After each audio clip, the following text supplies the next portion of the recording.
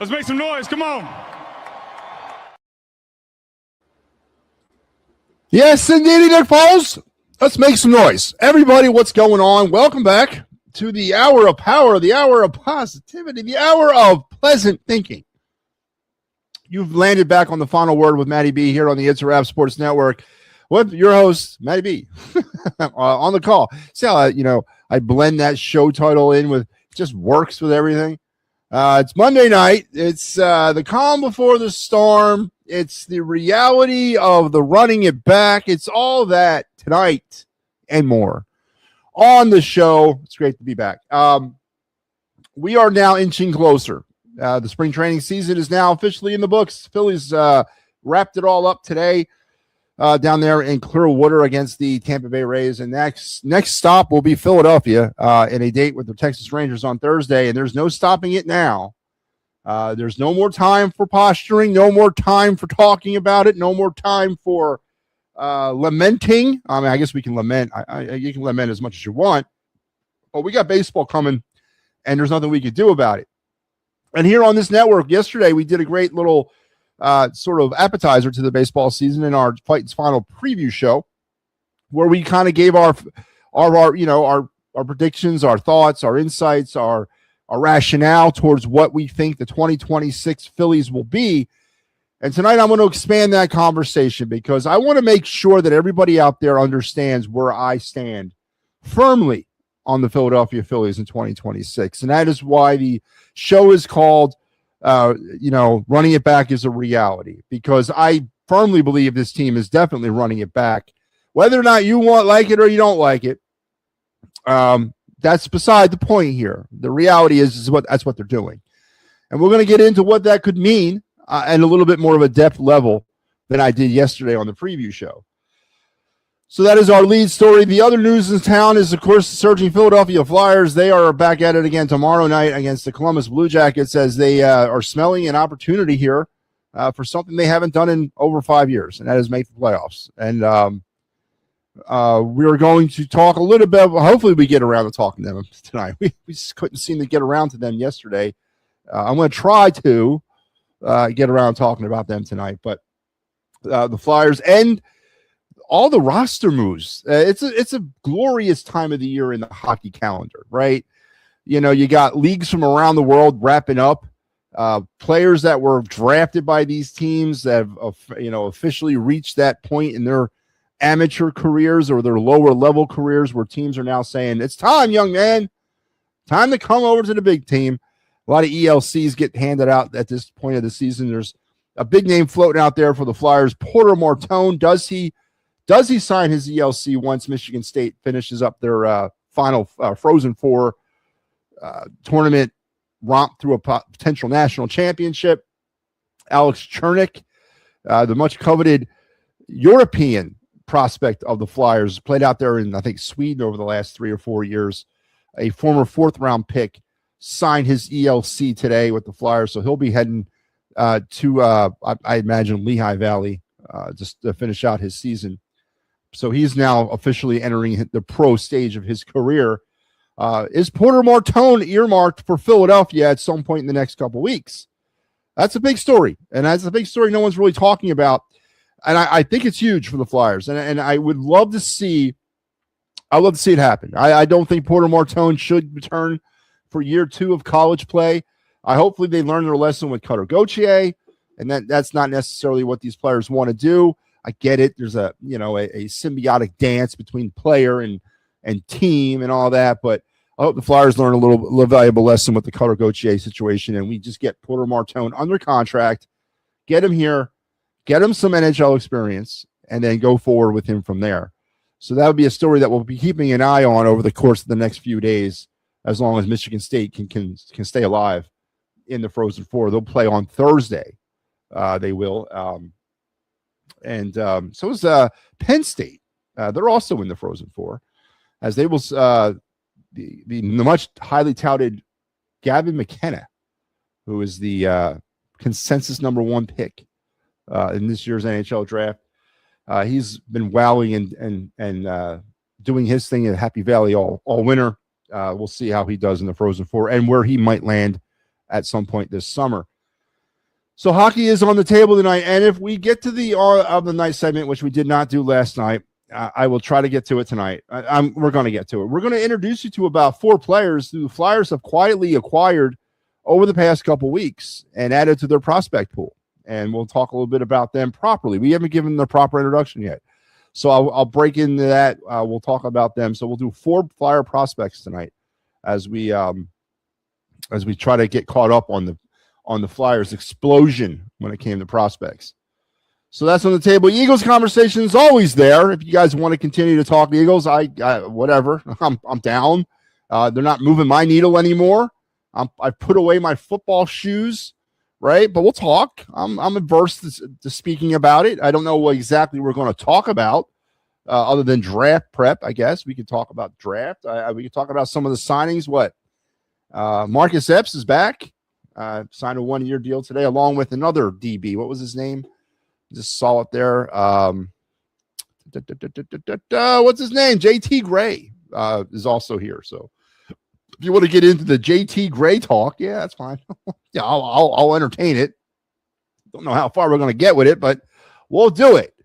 So the Eagles are on the table. But yes, the lead story tonight is of course your Philadelphia Phillies, and inching closer to the start of the season. Spring training is over, and they are now focused fully on what will happen on Thursday at the bank. The pitching matchups have been solidified for the series against the Texas Rangers. We talked about it last night. They had announced one of the opening game, but they hadn't announced the rest of the series. But we do know now the rest of the matchups for this. So it'll be Thursday. It'll be Christopher Sanchez against Nathan Eovaldi. On Saturday, Aaron Nola will pitch against Jacob deGrom. Interesting situation there. What the hell is deGrom not like the ace there?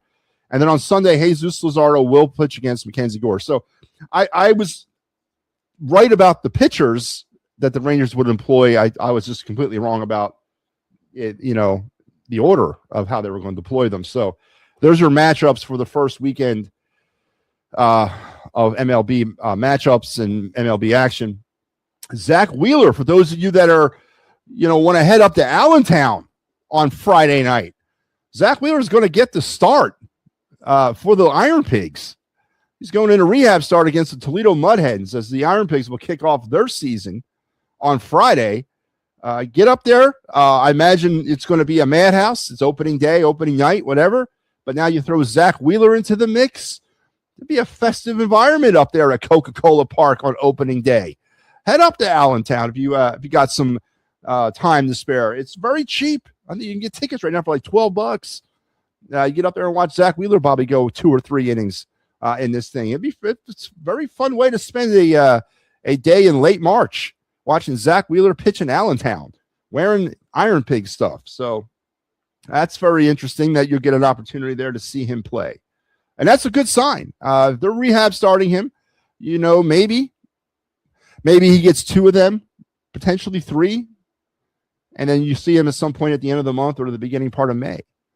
So all signs are looking pretty damn good for Zach Wheeler too. So again, getting the rehab start for the Iron Pigs this Friday against the Mudhens. Joe Hale, what's going on, my man? How you doing tonight? Ricky Deal also checks in. Ricky, how are you? Phone lines will open here momentarily. Let me get through a little bit more of this stuff as you guys can chime in and do what you do on a nightly basis as well. So a lot on the table tonight, folks. The Phillies also, and we're going to get into this, and this is, I ain't going to lie to you, this is the real reason why I went with this sort of like topic tonight about the reality check that they are running it back. So Rob Thompson, and I'm not going to reveal it. You probably have already seen it, but Rob Thompson went with a lineup today that he later doubled down on and said, you know what, this probably will be what my opening day lineup is. And it's god awful. I mean, again, I'm harking back to the WBC USA Venezuela championship game when I'm staring at the Phillies offense and a stark shock of reality hit me in the face about, oh my God, I'm watching the Phillies offense. Well, when I saw this lineup and I saw him double down on the fact that he is potentially going to go out with this lineup to start the season, I damn near almost fell off my chair. It is the most ridiculous lineup I've ever seen, assembled by somebody who claims to be a Major League Baseball manager in my life. And I can't make any sense of it. I don't understand why we're at this stage with this team. The amount of time these players have been here along with Rob Thompson together, but we cannot figure out a lineup. This man still has to tinker with a lineup on a night-to-night basis. I know a lot of you younger baseball fans might think of me as being crazy, that you got to stay, relevant. You got to stay fresh. You got to keep mixing things up. No, you don't. See, no, you don't. Lineups are, sort of sacred. Baseball players are the most creatures of habit professional athletes on the planet Earth. They must feel comfortable. They must feel like part of this is what makes sense to me, so I can kind of gear my life around it. And the tinkering of the lineup, and we really didn't talk about it much. I brought it up from time to time throughout the offseason. It was one of the more maddening things that this man did on a night-to-night basis. I started to keep the stat, but then I got frustrated with it, so I stopped keeping it. But I believe I kept it for 10 games. And the Phillies, no, it was more than 10 games. It was like 50 games. Yeah, it was like 50 games I kept track of this last year. Through like 50 games, the Phillies went with the same lineup back-to-back only twice through 50 games last year. So I forget when exactly. I wrote it down somewhere. I stopped tracking it after about 50 games. That to me is it's suicide. I mean, I'm going to tell you, I want to lay it out like that. It's terrible. It's terrible baseball managing. And when we go over this lineup, and I hope to Christ, this ain't what I hope he wasn't being like serious, for real serious, by saying that this lineup that he ran out there today against Tampa is what he will probably start the season off with. Because this has got to be the most malpractice baseball lineup. I could do a better job than this. And we're starting off on the wrong foot, Rob. Not that you were on firm ground to begin with, but Jesus Christ, man, right out the gate, we're going to do this. Right out the gate, you're going to send people like me over the friggin' edge with this despicable lineup that you're going to herd out there on opening day in front of, they're going to raise the banner. You're going to get your 2025 NL East championship banner, and you're going to herd out this lineup. Absolutely unbelievable. So we're going to get into that lineup because I have a lot to say about it, and along with other things too. So hang in there with me. The Red Sox manager said that Ranger could be the fifth starter in the rotation because of coming off of the WBC. The Red Sox manager has said that the Rangers could be the fifth starter in the rotation because of coming off the WBC. I didn't really anticipate Ranger Suarez being penciled. Well, I mean, that's a pretty stacked lineup rotation-wise. I mean, that might be a good spot for Ranger. Kind of take the pressure off him a little bit, He doesn't have to overperform up there. Ranger's going to do well. If he can stay healthy, Ranger's going to do well. I did not yet. I was busy all day, Joe. I was up late last night. So I've been off all day, or not off. Like, I wish I was off all day. I was actually working today. So, no, I didn't get a chance, but I will tonight. Al, what's up, my man? So let's not waste any more time. Let's get into this. Let's do our day in Philadelphia sports history here on the program. But before I do that, let's remind everybody that this is your upcoming week schedule. I don't mean like week, W-E-A-K. I mean week, like W-E-E-K. Tonight you have me. Tomorrow the Gridiron Weekly Report returns along with me. And then I'll be doing a two for tomorrow. I'll also have a Flyer post-game duty. On Wednesday, you got the Pittsburgh Sports Desk along with me. And then Thursday, a big day here on the network. We're going to start it off with the rebroadcast of the 2026 Phillies preview show that we did. And that's going to lead you right into some Phillies Rangers. And then after that game, you come right on back here as we got you covered for the Fighting's final Phillies Rangers post-game experience. And then we'll wrap the night up with some Flyers Blackhawks clear the ice. And there will be no final word on that day. Friday is the Philly Friday Frenzy. Saturday, we got the best of the week of the It's a Wrap Sports Network. Phillies Rangers post-game. Flyers Red Wings post-game. Sunday, we do it all over again with the Philly AM Sports Show. Me doing some Fighting's Final, and Mike Laro handling the Flyers Stars post-game duties on Sunday. So a big week here on the network as we get ready to get it all rolling on the Phillies. here it is yet again, your opening week or opening series Fighting's final lineup. Me and Big Al will have you Thursday. Mike Laro Saturday. I get you on my usually Sunday positioning, and then here's our Clear the Ice. I have you tomorrow night. Mike Laro has you Thursday. I'll be back Saturday, and Mike will be back on Sunday. So we're gonna get awfully close and familiar with each other over the course of the next few weeks. I have a feeling, but that's okay. That's all good. So let's get going with your day in Philadelphia sports history. On this day in 1979, the Sixers defeated the New Jersey Nets 137-133 in double overtime.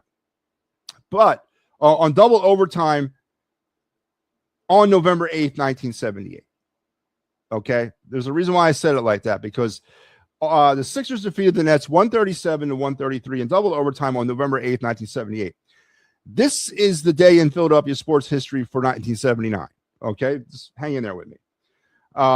But the team, and the reason why it is like this is because the teams had a do-over from that game in November. So this was a continuation or a replay of the game that occurred on November 8th, 1978. And the reason is that I believe it was the Nets protested the loss because of too many technical foul free throws being awarded to the Sixers. It was 4 of them. New Jersey was given the makeup game versus Philadelphia from the point of the first illegal technical foul shot with 5:58 remaining in the third quarter. If that wasn't peculiar enough that actually they would protest something like that and win, but during the lengthy layover between the two games, the Nets and Sixers had completed a trade with Eric Money and Al Skinner going to Philadelphia and Harvey Catchings and Ralph Simpson, not Sampson, ending up in New Jersey. After the redo game, the box score featured Money's 23 points for the Nets and 4 points for the Sixers in the same game. And the Sixers, once again, were victorious, though, 123-117. So in a very hairy, funky situation that occurred in a do-over game because of a protest filed by the New Jersey Nets for too many technical foul free throws. Odd. We had a player appearing in the box score for both teams. So there's your day in Philadelphia sports history. And that was brought to you again by the fine folks here at the network that provide you coverage of great shows like the Philly AM Sports Show featuring Big Al and Mike Laro every Sunday at 9 p.m. So make sure you're checking all that stuff out so we can have some fun with that. And anyway, I will have a lot to say about today's lineup against the Rays when I call. I'm sure you will, Papernick. Remember, I do have a life to lead. I can't be on this phone until 5 a.m. with you. Talking about the lineup, but let's get into that. So the title of the show is The Reality Is They're Running It Back. And I want to be very clear about where I stand with that. Yesterday, I made it very well known that going into the offseason, my expectations for this team to blow it all up, start from scratch, was 0. I knew that wasn't going to happen. And like I said yesterday, it's not that I don't think they want, it's not because I don't think they wanted to. They just can't. They're too in-depth with some contracts, and you can't get out from underneath them. They made some long-term decisions for some players that up to this point have not panned out. Or I shouldn't really say that. They haven't done enough complimenting around these players, right? Let's be honest. Schwarber, Harper, Turner, let's use those 3 right there. Any team would want those 3 players. And those 3 players are a fantastic core group of players to build around. The problem with the Phillies was they've done a poor to less than poor job in building complement players around these guys. And that's why we're stuck in this satanic, sadistic cycle of seeing the same thing repeat year after year after year, but yet try to get ourselves excited every season by saying, oh, this will be different. Like yesterday on the show, I was very, very clear to say that I recognize the fact that they are running it back. Now, Homer and Homer that were with me, of course, they're not going to say that. They're going to say, no, I don't think they're running it back. Nah, this is all gone. No, we're okay. We've done enough change. And I don't, that's not exactly what they said, but there were sure some Homer-ass tendencies in how they were talking yesterday. I'm not buying into that, right? I understand what this is. But I also understand what my expectations were. My expectations were to infuse young talent into this baseball team because I thought that's the only other possible direction we could go right now is from within. The Crawfords, the Millers, the Painters, the Raconis Juniors, whoever else you want to insert there. You can insert Dante Nori if you want. But Keaton Anthony is another name that might be on people's lips here soon. Players like that need to start coming in because we can't go and keep going outside the organization to try to bring in players to help. Because one, I don't think we have the money anymore to do that. Or I should say Middleton doesn't have the ability to want to spend the money anymore to do that. And two, let's face it, everyone's clamoring for the Kyle Tuckers and the Cody Bellingers of the world, the Bo Bichette, which I would have been all okay with.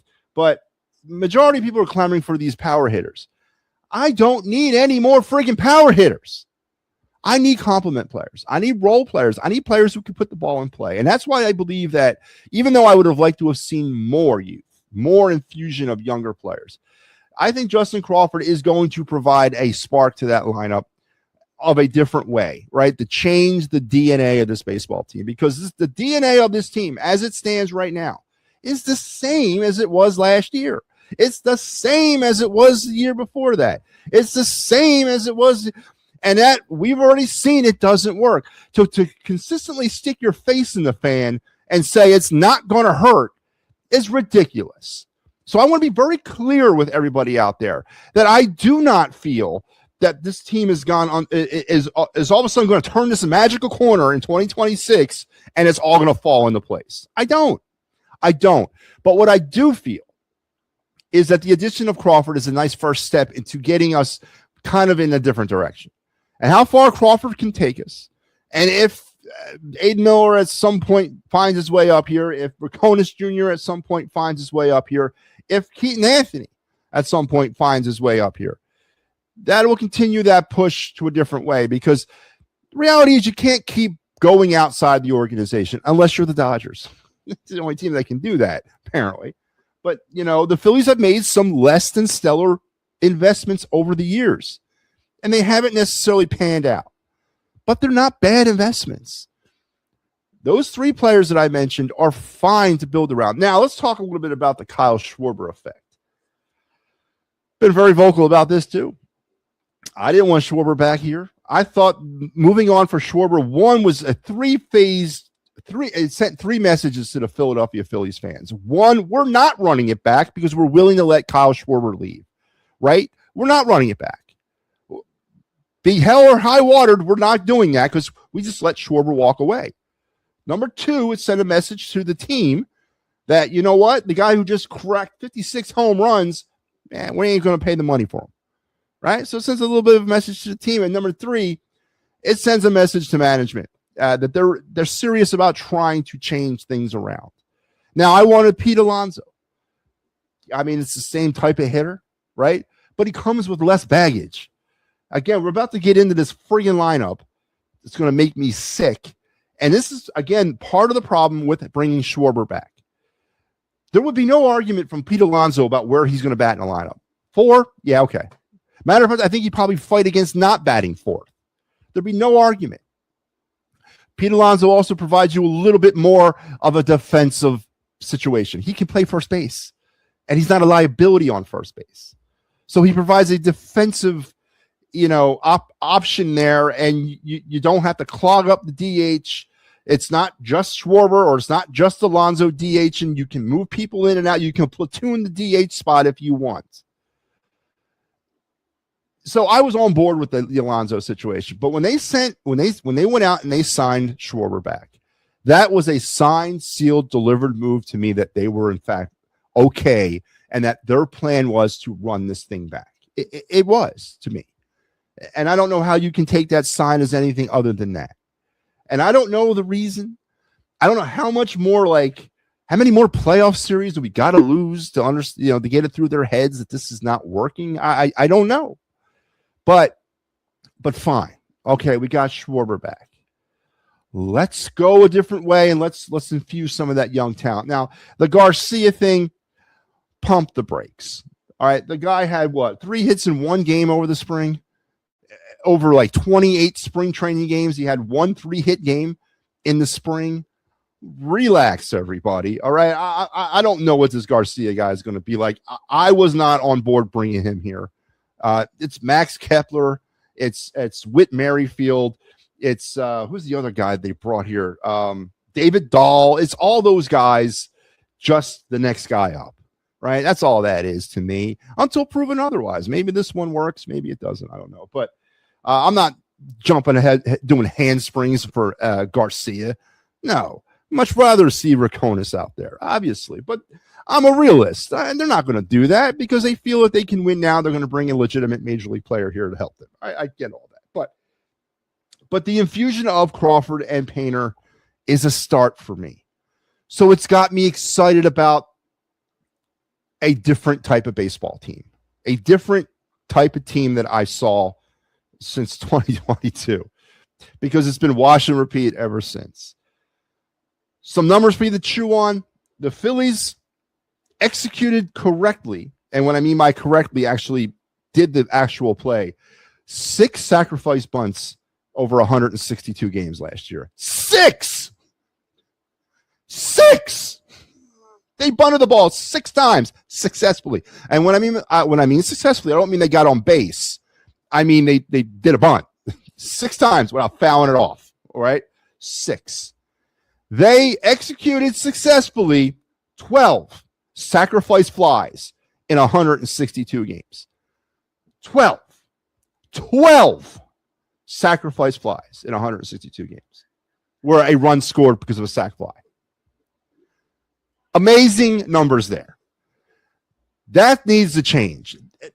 The home run or bust mentality of this team doesn't work. And yet we constantly are going back into this every year after year after year and re-exploring it.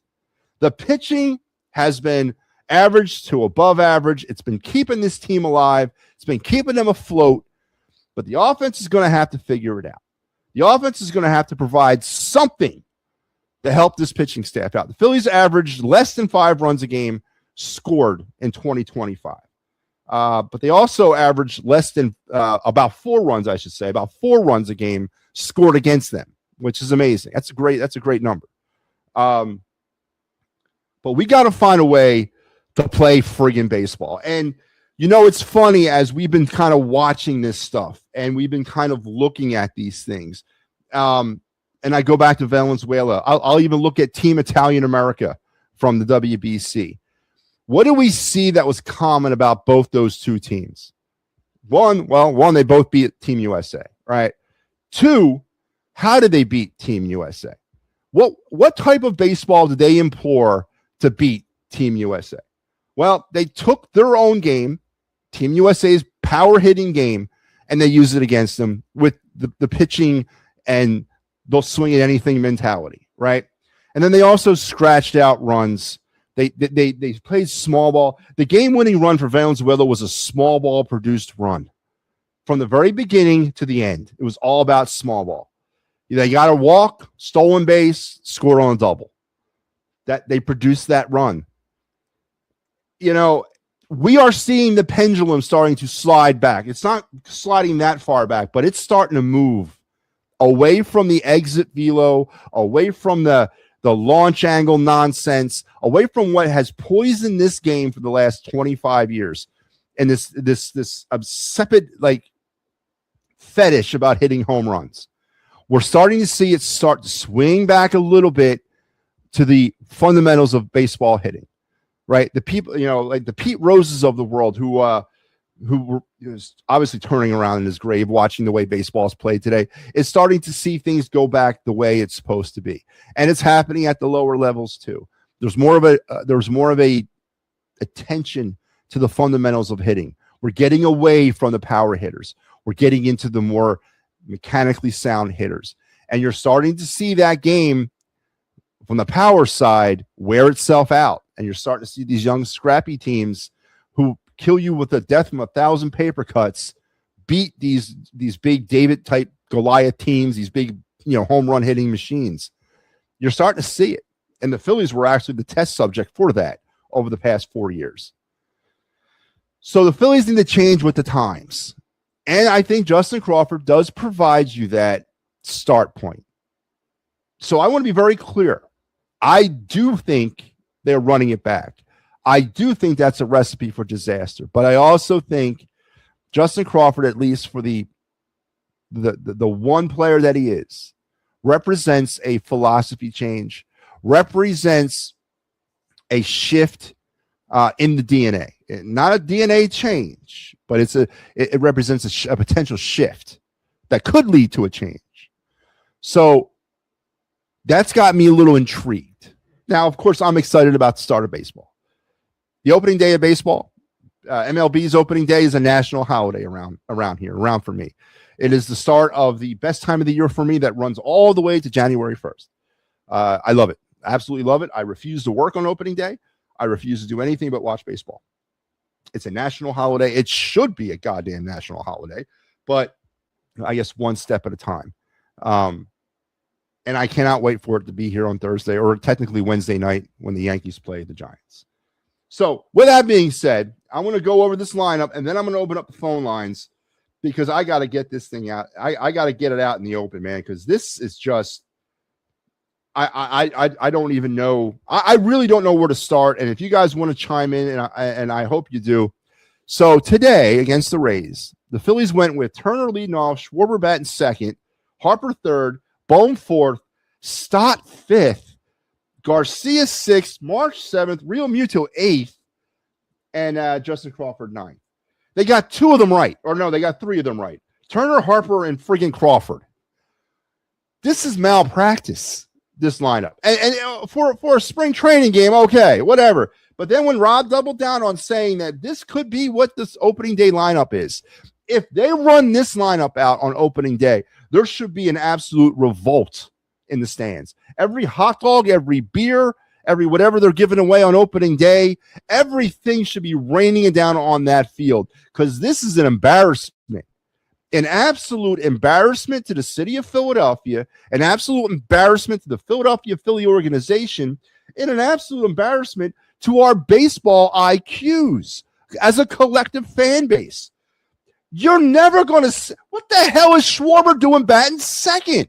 Okay. Stop messing around with it, man. Lead him off. All right? I'd rather see you do that than bat him second.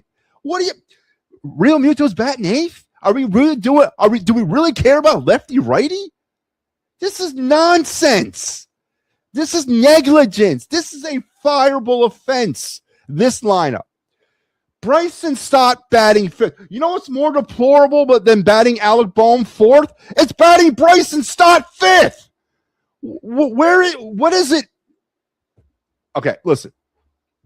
I'm not a Major League Baseball manager. I'm not. But I could fall out of a boat and put together a better lineup than this. I could have my 2-year-old Shetland sheepdog point to names on a piece of paper, and it would be a better lineup than this. And if this fool, and yeah, he is a fool if he runs this lineup out there and then looks deadpan at the camera when the soft-ass Philadelphia sports media questions about this and says, we've had, and actually he did say this today, we've had success with that lineup.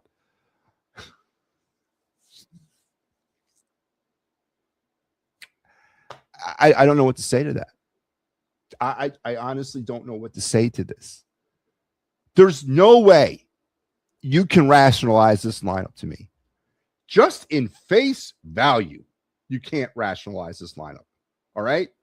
There's no way. There's no planet that you're going to sit there and tell me. First of all, the hard sell of Schwarber batting second. It's almost like we're fighting a losing battle with this. It's been a 4-year conversation, a 4-year fight. Again, this is what about bringing back Schwarber right off the bat is a problem. It's also about bringing Rob Thompson back as manager. It's a problem. We are once again going to misuse the ability of Kyle Schwarber. We're going to put him second in the lineup. Second. We're going to bat a guy that hit 56 home runs. Second. Why are you not maximizing his opportunity to get RBIs? What's so hard about wrapping your Canadian feeble mind around that?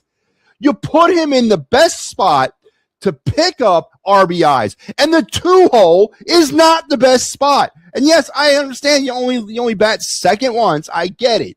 But you maximize his ability at the 4-hole, a power hitter, to pick up RBIs.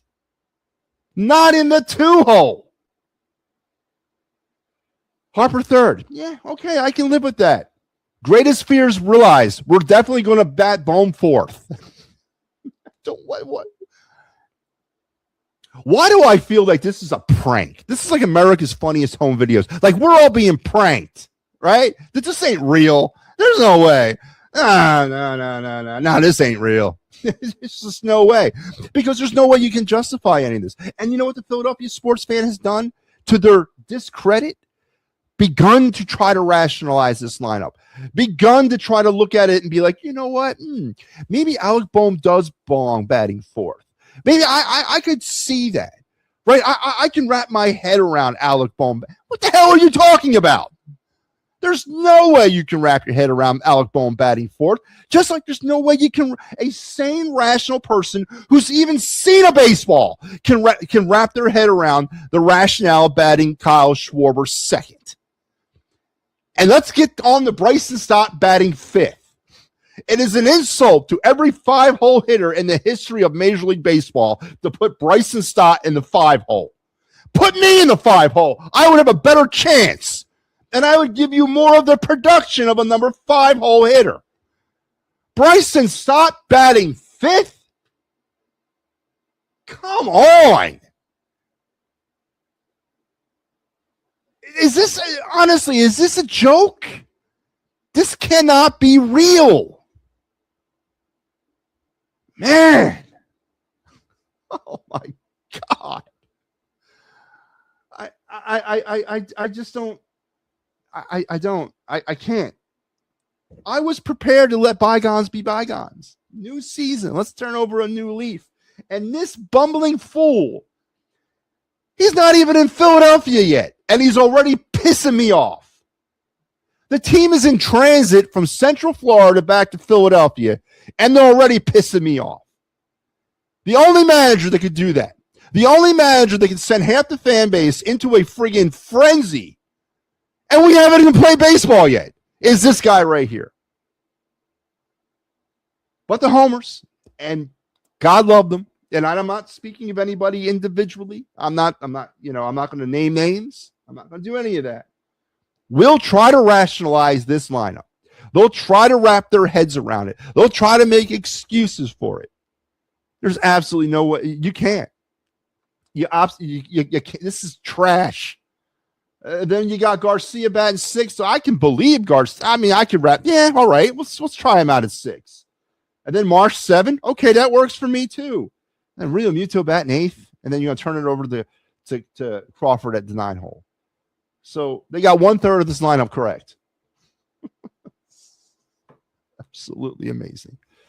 Absolutely amazing. Elephant in the room, what's going on? I would need to see more. See, again, elephant in the room. I'm not, listen, please don't take this disrespectfully, because I don't want to be that guy. All right. But I don't know what you need to see from Bryson Stott, because there's nothing he'll ever show me that justifies him batting 5th. That's not what he is. He's got 7-hole hitter written all over him. At 8, actually. 7-8. Yeah. 6-7, 7-8. That's where he's at. There's no planet in this dimension where Bryson Stott should be batting 5th. I don't care what you need to see from him. There's nothing he can show you. Absolutely nothing, unless he's juicing, unless whatever Kepler and Alvarado and Rojas were juicing on is now like part of the Powerade drink inside that clubhouse, and they're all going to start drinking it. You're never going to justify me. Bryson Stott is not a 5-hole hitter.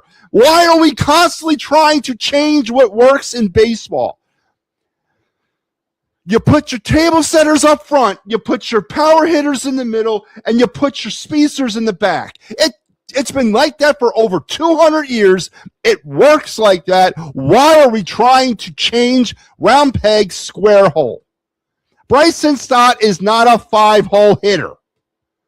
Just like Alec Boehm's not a cleanup hitter. And just like Kyle Schwarber is a cleanup hitter and not a number 2.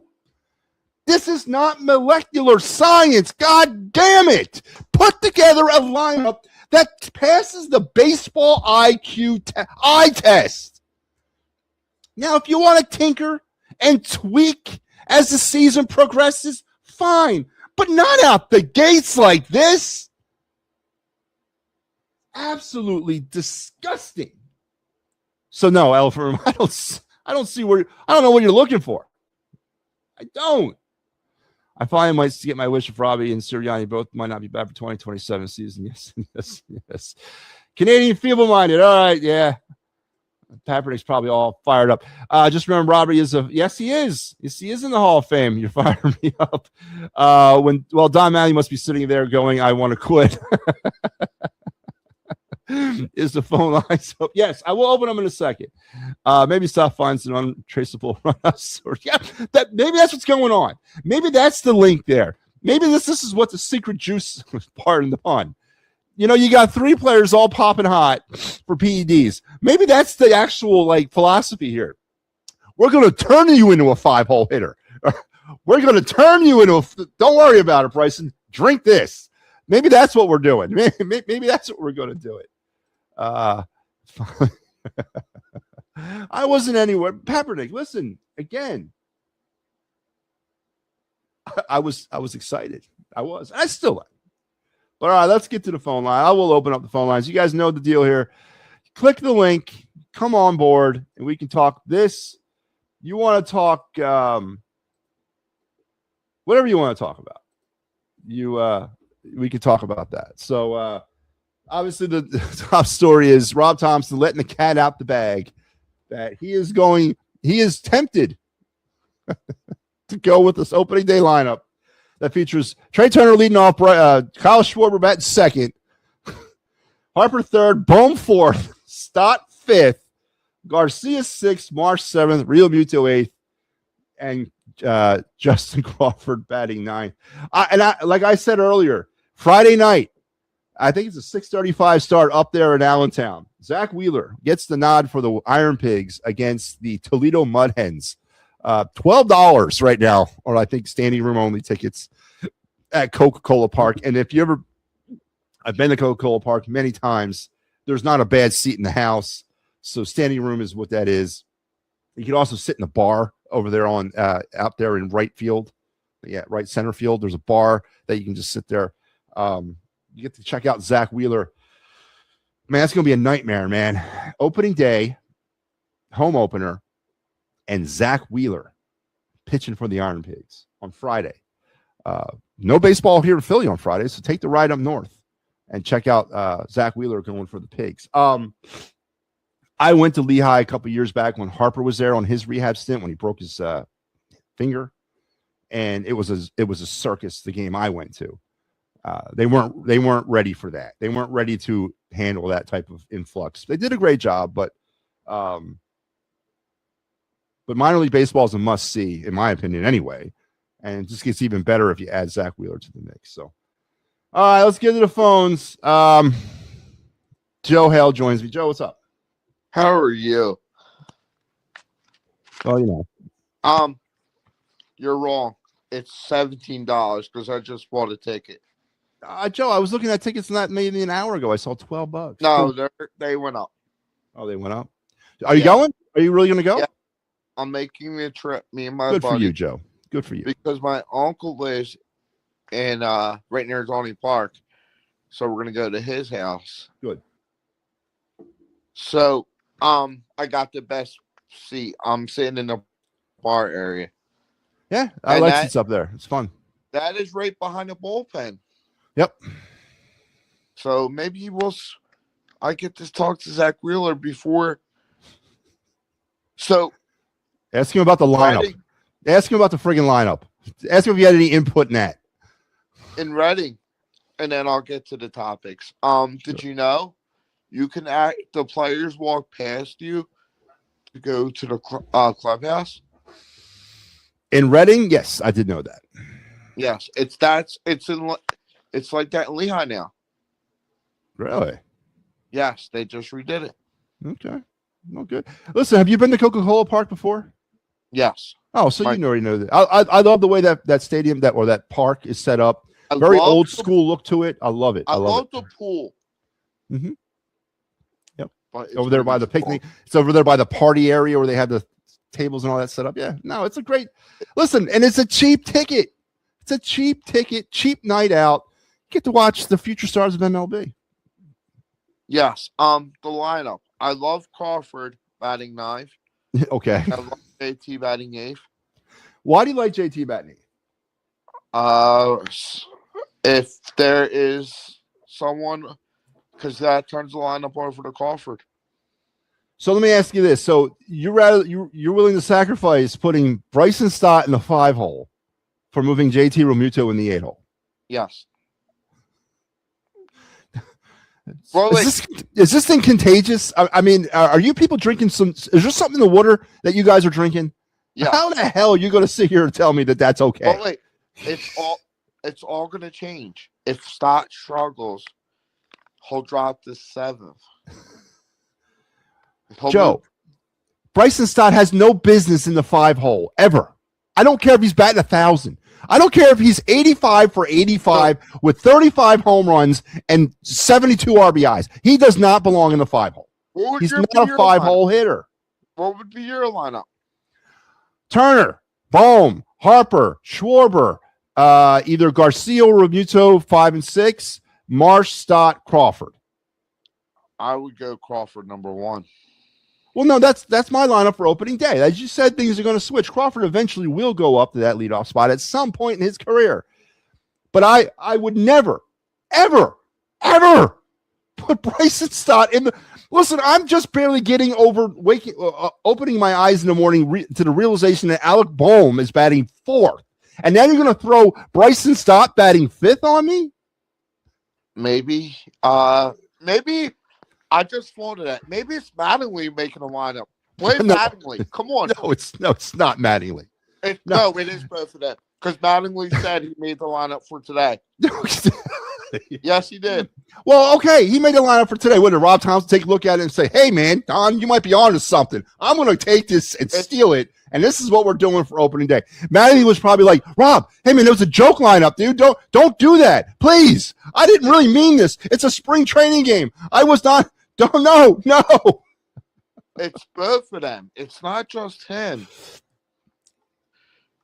Because the manager has the lineup is the manager's 100%. That's his job to create the lineup. To exchange lineups at home plate, he can designate whoever he wants to do that. The lineup is the manager. Have you not seen Moneyball? Why is fucking Zach Pop on this team? Everybody wants to. There is other people better than him. He provides you a short-term. Does he? He provides you a short-term back end of the bullpen answer. Yes, he does. No, he does. He is okay. He's your Joe Ross, basically. Joe Ross to me was a spot starter, long reliever. Pop's got some pop. He can throw hard. Listen, I'm not saying this is for Kirkering, and then once Kirkering comes back, Pop goes back to the minors. And I'm not saying it's going to work either way either. They may have to pull somebody else up. I'm not really concerned about that, honestly. I like the back end of our bullpen the way it is, minus Zach Pop, even minus Kirkering right now. We can weather the storm for a little while that way. You mentioned the bullpen. Do you put save? Do you put Alvarado 7th? Are you asking me what I would do as a baseball manager? What Robbie would do? Because there's two different answers here. What would you do? What would I do? So Duran would be my closer. I'm telling you, and in a perfect world, if Kirkering was in the road, we'll talk about Kirkering not being in the bullpen. So I would do Duran as my 9th. I would put Alvarado at 7 and Keller at 8. So what Kirkering in your bullpen? Do you mix it up? No. Listen, I have not lost faith in Ryan Kirkering. I still think Ryan Kirkering has closer stuff. I still think he's got electric stuff. And I've said this all year. I've said it ever since he's been here. I don't know if it'll ever be unleashed here in Philadelphia. Maybe he needs to go somewhere where somebody knows what they're doing and can teach him that. Kirkering is a setup guy. Kirkering to me is a closer, but I'll take him in the 8th inning as a setup guy, and then Keller in the 7th, and then I would mix and match Keller and Alvarado in the 7th. Would you say if Kirkering is struggling? I'm not saying he is. Would you mix him with Keller? Well, I'd have to, yeah. Okay. Yeah. But I firmly believe, I still believe in Ryan Kirkering's ability, and I still believe in his stuff.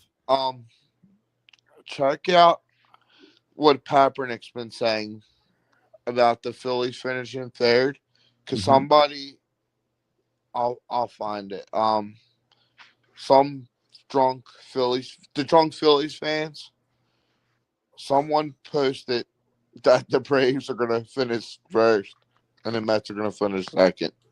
Well, the Braves just got their, what is it? Yeah, I'll send it to you. Listen to this. You mentioned the Braves, and we were talking about the Braves yesterday when we were doing our predictions. This is what the Braves are down right now to start the season. Ha-Seong Kim is out till May. Sean Murphy is out till May. Joey Wentz is out all season. Hurston Waldrop is out till about July. Spencer Schwallenbach till about July. And Spencer Strider will be gone probably for the first month.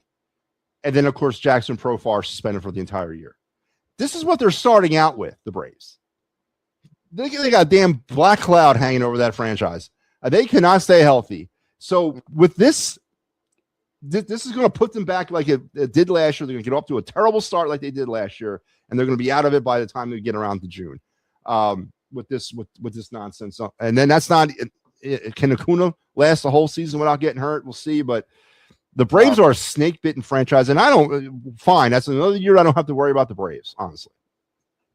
I think it's going to be the Phillies and the Mets. Phillies win by 5 games. Now we'll see. Is Rob Thompson still the manager? Thompson gets fired. What? April 1st? No, August.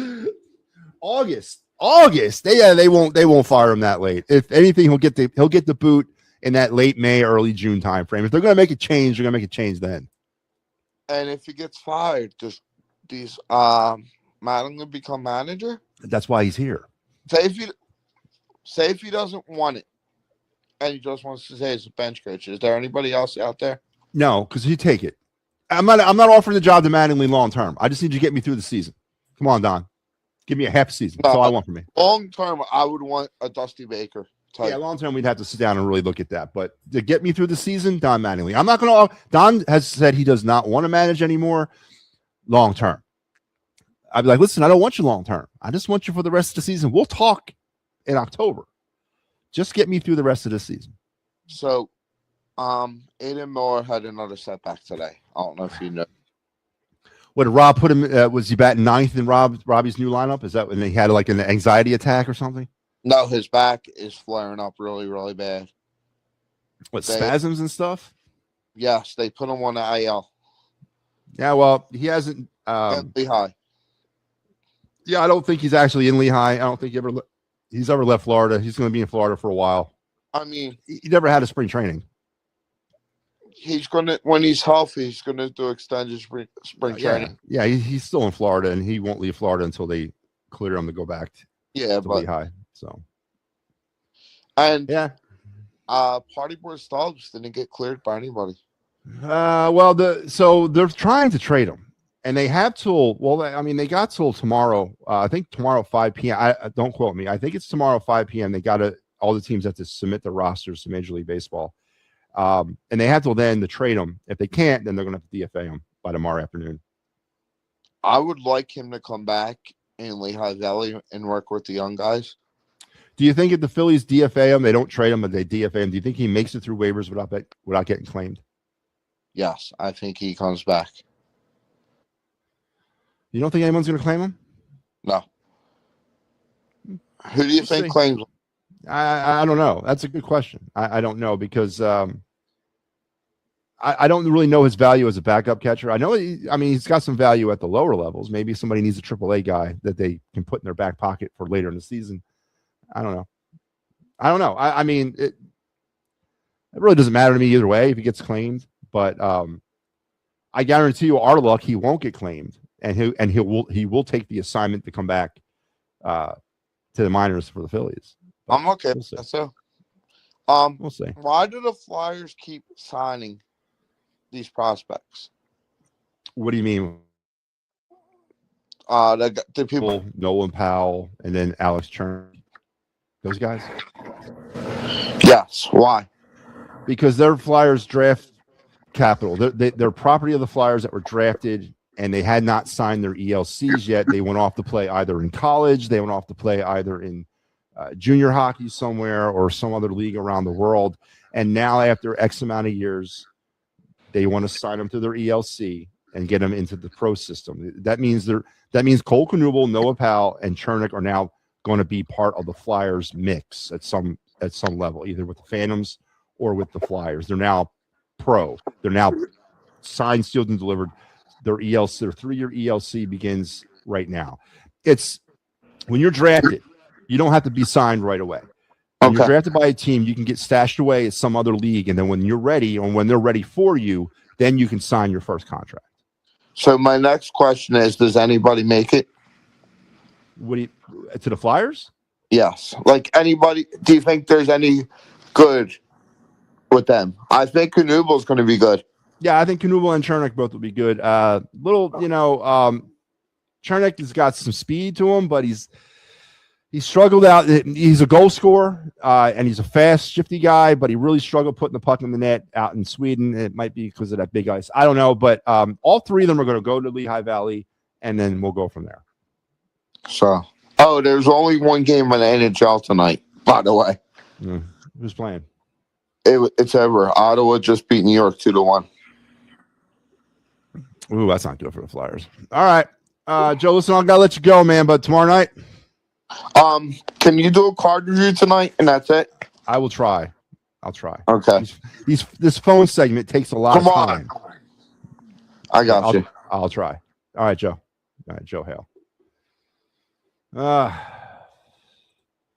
Joe, no, he didn't give him hell, Pavernick. No, he didn't. No, he was telling me that he's okay with Real Muto batting eighth. Yes, please hit like and subscribe. No Joe Ross hate here. Yeah. All three Phillies. Remember that? What was that last year? They signed Romano, whatever, however say his name, Kepler, and Ross. Not one of them worked out. Not one of the Phillies pickups from last offseason worked out. All right, we are at the top of the hour. It's 11 o'clock. Again, remind everybody the conversation tonight is geared totally around. I mean, it's whatever you want it to be, Philadelphia sports related or sports related. We can talk Flyers if you want, Sixers if you want, if you really want, Eagles. But the main conversation is, the reality of running it back, compounded with the reality of Rob Thompson as your manager, with this abomination to nature of a lineup that the Phillies could potentially be going with on opening day.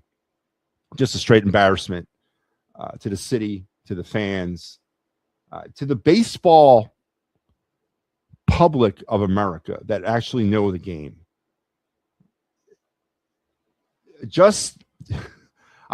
Okay, you want to sell me on Real Muto batting eighth? Fine. All right, you can sell me on that.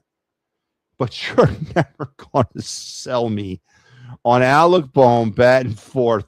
And protecting Alec Bohm in the 5-hole is Bryson Stott. Come on, man.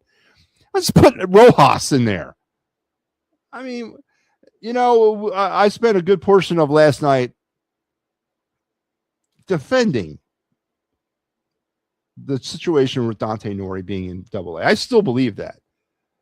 But looking at this lineup, you know what? Bring them all up.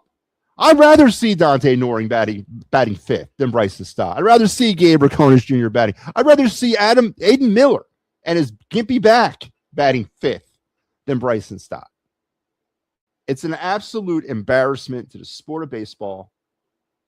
It's an absolute embarrassment to the city that we got to deal with this. So whatever you guys want to talk about, you can. I'm going to go to Ricky Deal real quick. Ricky, my main man, what is up?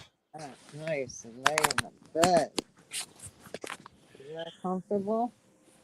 I'll give you all your blankets. Come in. All right, Ricky is getting ready for bed. I'll go back. Ricky, hang in there. I'll come back to you, okay? Once you get settled in. I wish somebody did that for me at night. Let's go back to the phones. Kaepernick. You really want to talk to me, don't you? Okay, we're not gonna talk about the lineup. I got to get this off my chest. So, Garrett Stubbs, well, let's start off. Phillies couldn't trade Alec Baum in this offseason. Is there a bumbling fool manager worse than Robbie or some bumbling fool GM who has a man crush on Garrett Stubbs out there that's going to trade for him? I don't know. No, they're right. Come on. They can't trade Alec Baum. I'm not going to trade this dude. This dude's going back because he's Robbie's man crush. And, he's the party boy. And I love Joe. I love Joe Hale. But, Joe, you've been drinking something tonight. I don't know what it is, but I need it. Now, I've been laughed at, mocked, all kinds of stuff, killing Robbie for the last 4 years. When were people going to finally wake up? This guy is a feeble-minded buffoon manager. He's in the Canadian Hall of Fame. Damn. T-ball players can make that. Wiffle ball players from Feltonville, Holland, Kensington, Mayfair can make the Canadian Hall of Fame. This guy is Don Mattingly. I'm telling you, if Don Mattingly, look, if he made that lineup today, third place. I have more faith in the Braves winning the division than the Phillies. With all their players injured because of one person. One. Robbie. Yeah, keep going, Patrick. I got nothing, man. The guy can't make a sandwich. Come on. Don Mattingly, if this is true what Joe said, he made that lineup. Fourth place. 70 wins. Bryce Harper cries his way out of Philly. The whole deal is just going to shit the bucket all at one time. Now, Now, Garcia should be batting fourth. Baum fifth. Sixth, you're going to have to go Marsh because Robbie ain't going to do 3 lefties in a row. So Marsh is 6th. 7, JT. Stott, right where he belongs. Yeah. At number 8. But wait a second. Schwarber's got me sitting there going, "Damn, I'm glad Robbie listens to me." Harper's ready looking at houses somewhere else because he's going to start complaining. He got nobody protecting him. Oh boy, Harper needed Eugenio Suarez last year. He didn't have a 50 home run guy in front of him. He had an 11 home run guy behind him till he got traded to Seattle first, Naylor, and he had Marte who only had 19 home runs for the whole year protecting you. And you had 34 to 36 home runs. And all I hear is Harper cry. And I'm going to use your word. The Harper homers are going to protect this guy till, man. You know what, Matty? I've been off for the last, since Friday was my last day of work. I've been off. So I just stayed in my house all weekend and relaxed. And today, this just made my day to know that this fool, if he runs this out, it's going to make my day on April 1st to prove to people he's a moron. He is a complete and utterly moron. Listen, if you want to run this lineup out for the final spring training game of the year, that's fine. But opening day, you're going to run Bryson Stott out batting fifth? He said it could.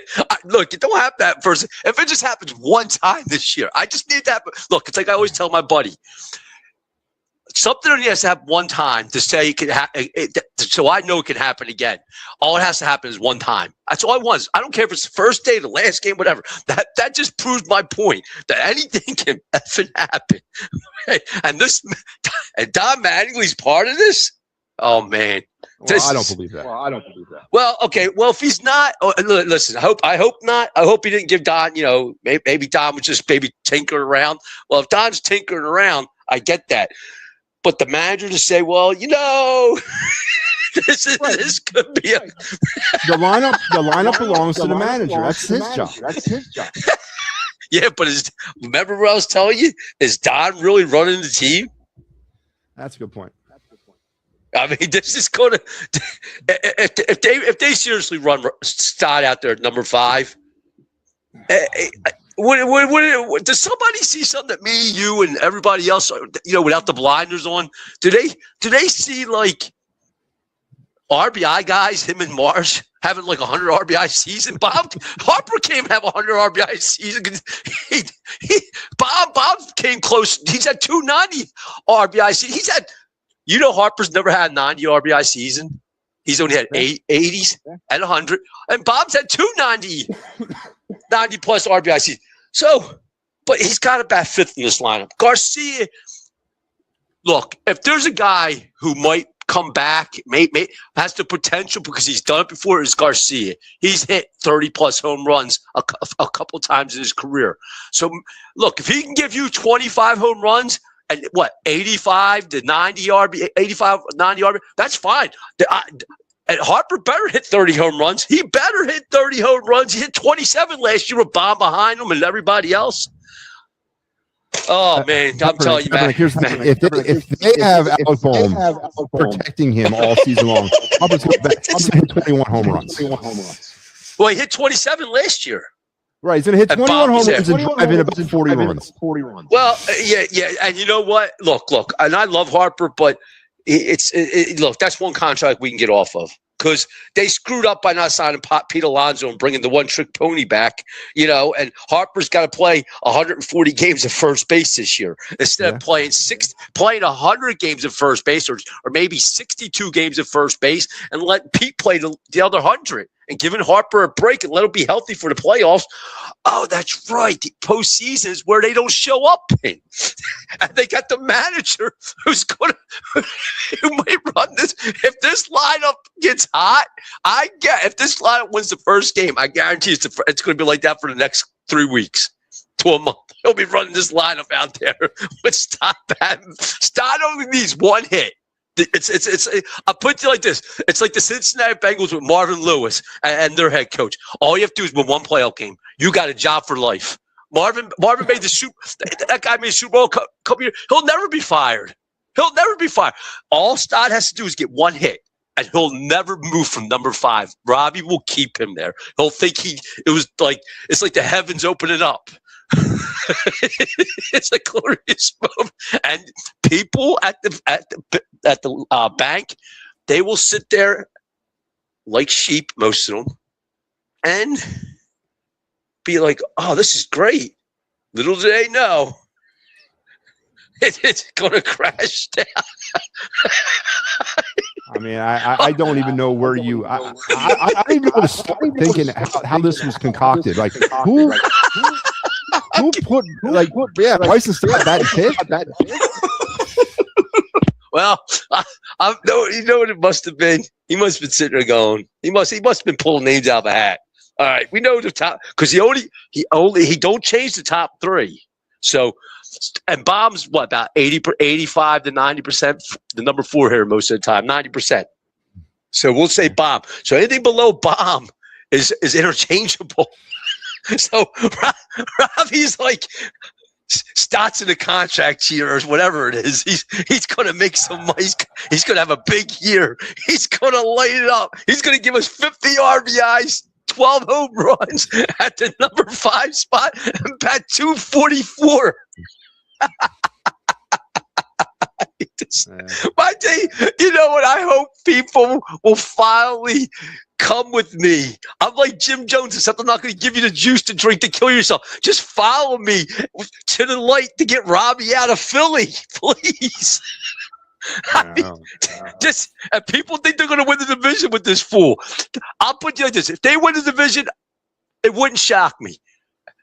To win anything else, no, ain't happening. That's the problem, right? Hey, well, because I'll go back to what I always say: the blueprint, 2023. Just throw junk, and the affection kicks in. Now, Nick Castellanos in here, but you never know. Scott might be the number 5. In the playoffs. Yeah, I mean, good God, I just Castellanos right now. He's batting fifth. At least he would drive. At least.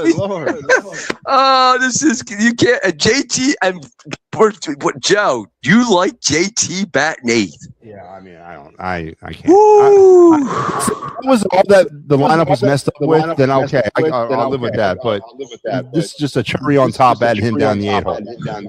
Who pitched today anyway for him? Luzardo. Okay. The one thing I didn't say yesterday, I'm glad that guy Daniel Roberts is doing good. The guy collapsed. Yeah, that I'm glad he's doing well. How'd Luzardo pitch? 'Cause I didn't see the game. I think they lost like 7-0, but Luzardo only went like 3 innings. Okay. Yeah. They're just trying to stretch them out now. That's all they're doing, whether they win or lose. And man, I'm telling you, you know what? Al's not on Friday night, is he? Yeah, he'll be here. Will he be on Friday? Because I want to hear. I want to hear if they run this lineup out there. I don't care win or lose. I want to hear what he has to say. I want to hear what the guys on Sunday got to say. I wish they'd let me call in on Sundays. Oh, hey, and Mike's I've known Mike for 30 years. I mean, man, just see this. As I tell people, when they let me do something, this is on you. Like when my job gives me the keys to the plow to go start plowing snow. That's on you. You giving me this opportunity to vent and get my heartburn to go away. Oh, that's great. I love it. This is the best time of my life. I could just because my buddy who I grew up with defends Harper like he's been married to him for the last 65 years, and I tell him I've told him this. I can't debate with him. I said, listen, I'm not going to say anything.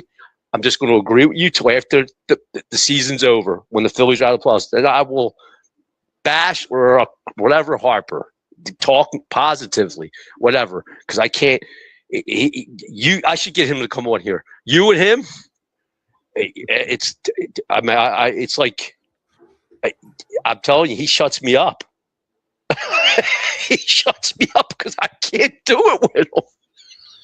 Yeah, those are special types of people, where you're just like, what? We've got nothing to say to that. You're looking at a lineup that has Bryce Stott. I don't know. I never thought I'd ever have friends that watch not good. Oh, this is great. And he is the most level. My friend is probably the most level-headed person I know, Matty. I ain't gonna lie. I mean, level-headed, smart, everything. But if somewhere along the way he done bumped his head, I told him, Harper's the only pro athlete you are not allowed to criticize. And I criticize everybody.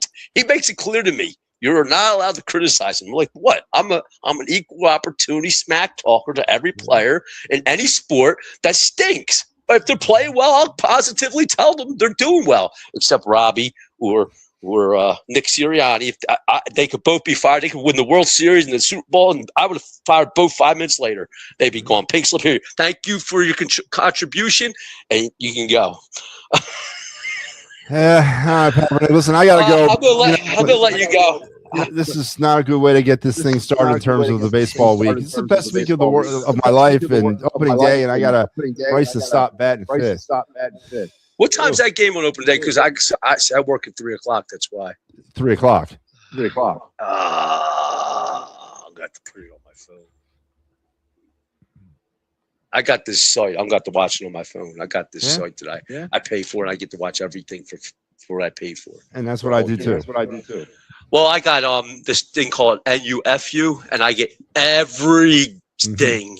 It's 100. It's like 124 for the whole year, and I got it. And I watch everything because I want to watch the Eagles and the Phillies mainly, but I get to watch everything else. You know? All right, man. You have a good night. I will try to get on tomorrow because you come on late. So I'm home today because I'm off, but tomorrow it's kind of tough maybe because of I'm at work and I'm getting ready to leave when you're just about that time, about 10:45. Well, I'm here, so you're more than welcome to hop on, Packer. All right, you have a good night. Thank you for letting me vent, and I appreciate it. And Joe, sorry about that. I cut you off there, Papernick. Just taking another shot at Joe Hale. Listen, he's speaking the truth. All right. I mean, I don't know. I don't have any. Now, there's no guarantee that this is what the lineup will be opening day. Maybe this is maybe the backlash will reach Rob Thompson before Thursday at 3 o'clock. He's like, well, I can't do this. I can't. I'm not gonna lend any credence into what the lineup was today for the final spring training game. I'm not, and I don't put any credence into what any of the lineups are for the spring training games. But Thursday's not a spring training game, and Rob Thompson doubled down and said this might be the lineup that I use. Now, hopefully, he was referring to the top three and not anything more than that. That's all I guess I can hope for. But you're just never going to talk me into Bryson Stott batting fifth. Just like you're never going to be able to talk me into Alec Bohm batting fourth. It's just not going to happen. Same thing with Kyle Schwarber batting anywhere but four. It's just baseball. That's all it is. And you think you can reinvent the game? And we're going to start the turnstile of the lineup right off the bat? I don't know, man. I don't know. All right, let's head to the phones for one more caller. Ricky, I'm sorry I had to put you on hold, but thank you for sticking around. What's going on tonight, man? And go Flyers. Go Flyers, Ricky. Tomorrow night, they're back at it against the Columbus Blue Jackets. They got a pretty big hill to climb. A lot of teams in front of them. All right, 11 games left, something like that. Ricky, I think 96 points is what's going to take to get the Flyers into the playoffs. Do you think the Flyers can get 96 points?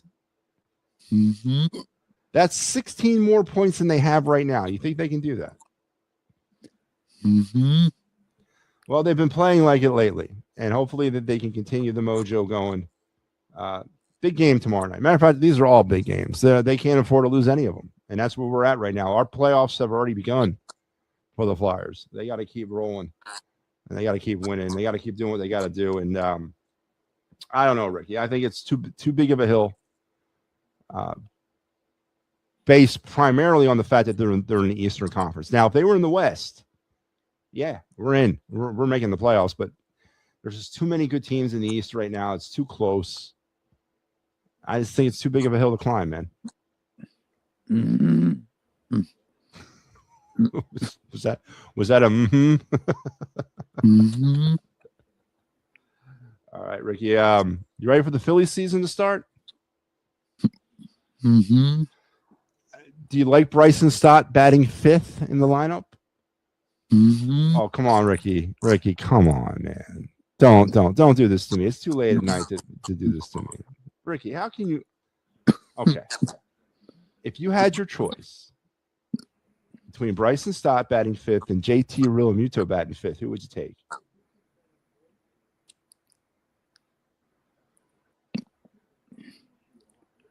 Mm-hmm. Diplomatic answer, and that's what Ricky's good for. All right, man. Listen, Ricky, thank you for waiting around. Tomorrow night, Same place, same station. Okay. Mm-hmm. All right, man. Have a good night, Ricky. All right, Ricky Deal. Forever the diplomat. Forever the diplomat. All right. All right. As listen, we're probably going to forego the other night segment again. I'm sorry. I just don't have time. It's running out of you guys. These phone segments are great, and I'm not going to stop doing them, but they suck a lot of time, especially if I'm going on an hour later. But let's get into. I promised Joe we'll do the card. We will do the card segment. So let's get that going here as we kind of wrap the show up here tonight.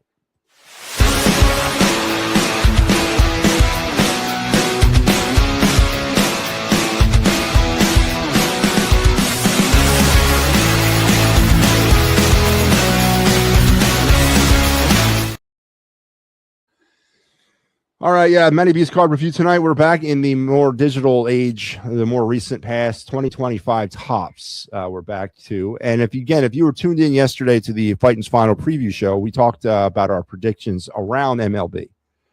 We gave our division winners, we gave our wild card teams, and one of my wild card teams in the American League is the team that this player plays for that we're going to talk about here tonight, and it's a team that right now that has been, languishing in the depths of mediocrity and terribleness for a long time. But throughout the course of the last 5 or 6 years, they've really done a great job in assembling some young, really good talent. And that talent is now starting to take hold at the major league level.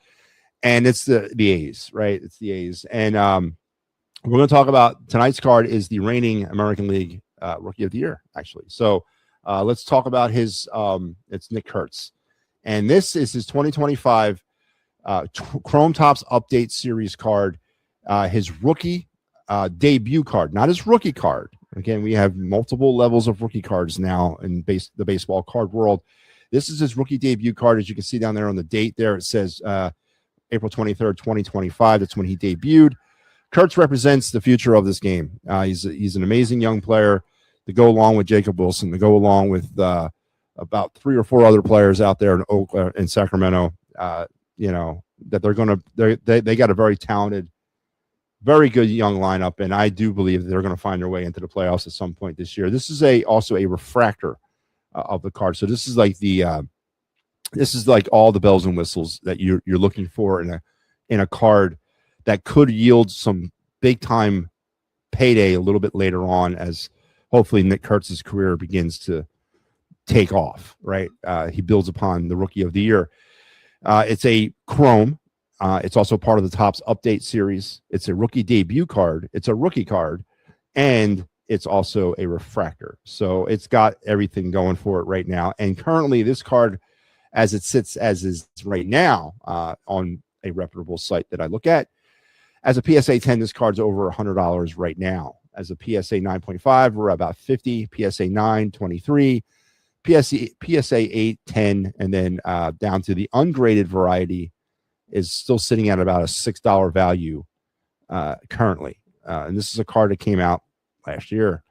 So this is definitely one of the cards that if you're lucky to come across, is one of those cards you stick away and you just wait and pray to God that Nick Kurtz turns out to be the next Aaron Judge, because this could be worth some serious money a little bit later down the line. But you could also move it now if you feel, inclined to. I have multiples of this card. I actually have 4 of these cards, so I'm sitting in a good spot with it. But you know how I feel about Update Series. You know how I feel about Chrome. You know how I feel about Topps, and you know how I feel about refractors. This has got it all going for you. And again, it's a rookie card and a rookie debut card. So this is the one card you want to get. The variety or the variant card that you want to get for a young athlete, and especially the reigning American League Rookie of the Year.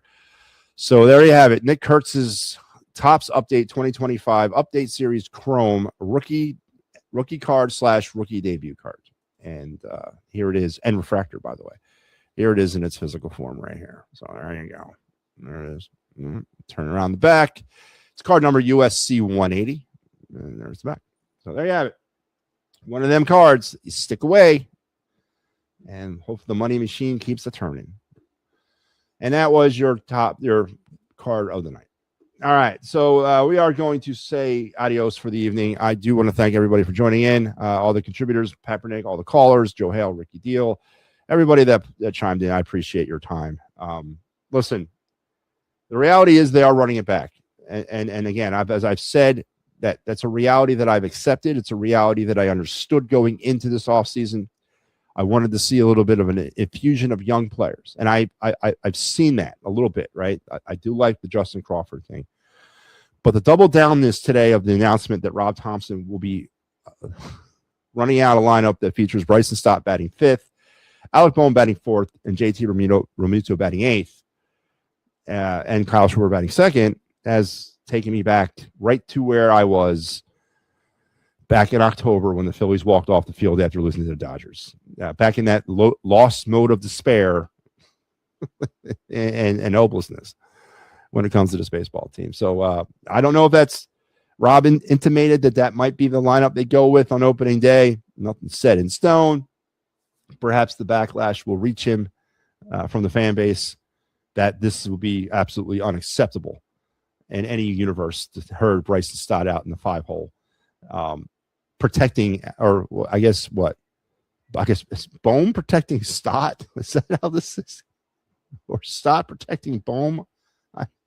I don't even know. I don't even know how to. I never thought I'd have this problem. I never thought I'd have to talk about this.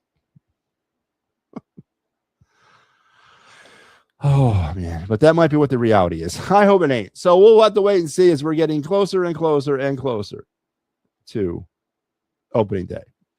And aside from the lineup, opening day is a great day. It is. I'm just being part of this podcast. Listen, Papernick, that's thank you first and foremost. I appreciate that. This is not the kumbaya hour, right? The kind of person I am, throwing my arm around you and saying, let's all be positive. That's just not me. And that's not sports. Sports are conflicting opinions. Sports are debates. Sports are tiny little arguments, but sports are not personal, right? You leave that for what it is. It's entertainment. And then when I created this network, I created this network with that in mind. You can ask all the other guys. There's no to be part of what we do here on the It's a Wrap Sports Network, and as far as on-air talent, their opinions don't have to match mine. Matter of fact, I prefer that they don't. Right? This is not about me presenting my narrative and making sure that everybody has that same approach. Everybody's different, and this network is an open forum for all types of sports fans, the controversial, the positivity, the kumbaya crowd, whatever you are. I hope that you find a spot here. If it's not with me, fine. If it's with Al, great. If it's with Mike, if it's not with them, if it's me, whatever. But it's to open up this thing wide open and present different environments for different folks, and that's the mantra here, right? I'm not concerned whether or not my ideals or the way I go about things fit what Al's doing, and Al shouldn't, and he's not concerned about his ideals about where I'm going. That's not what this is. This is about people being individuals and presenting sports the way they want to present them. And I know that's different. Not everybody's going to take to that. People are not going to like my narrative. People are not going to like my style, but they might like Al's, or they might like Mike's. They might not like Mike or Al, but they like me. And that's kind of what this is about. And this is how that's how we go about our business here. And I'm glad that you found a spot. And I know you go to all the shows, and I know you patronize them all. So thank you for that. And that's what we're here to do. We're here to take your mind off of what really matters in life. Not this. This stuff don't matter, but what really matters, we're here to entertain. And one of the things that, and I'll leave everybody on this note. when I got the idea to get into this business, which was in 2020, during the quarantine. Lifelong WIP listener, obviously, never called ever in my life up until 2020. And when the world stopped in 2020, and my personal world, I was recently retired from the Army, like literally just got out during the quarantine. I was going through a divorce, sitting in an empty house with no job, no prospects of a job, right? Because the world had stopped. And nothing was on, and the world had stopped on the outside too because of the quarantine. But one thing that didn't stop, and that was what WIP presented on a daily basis to get through the quarantine. They were there. They were there live. They were there new. They were there fresh every day, keeping people entertained and trying to keep people's minds off of the way the world was at that particular moment in time. And that really resonated with me. It motivated me to get into this business myself. And along the way, over the last 6 years, meeting the people that I've met, getting the opportunities that I've gotten from Al and from other people that I've had the privilege of working with, has landed me here and in this position. So, again, thank you. And I'm glad that you're finding something to keep your mind off of what really matters. So, again, thank you, Papernick. And thank you, everybody else who definitely supports us here on the Interrap Sports Network. So I want to leave you guys tonight. We'll be back tomorrow. Tomorrow we got a little bit busier day. The Gridiron Weekly will be back at 6 o'clock. I will be back at 10 along with the Clear the Ice program. So we're going to do a 2 for tomorrow night. So we probably won't get into the other night segment either again tomorrow, but we'll eventually get around to it. But we'll try to entertain as well tomorrow night. So until we talk again tomorrow, guys, have a great rest of your night. And I'm out of here.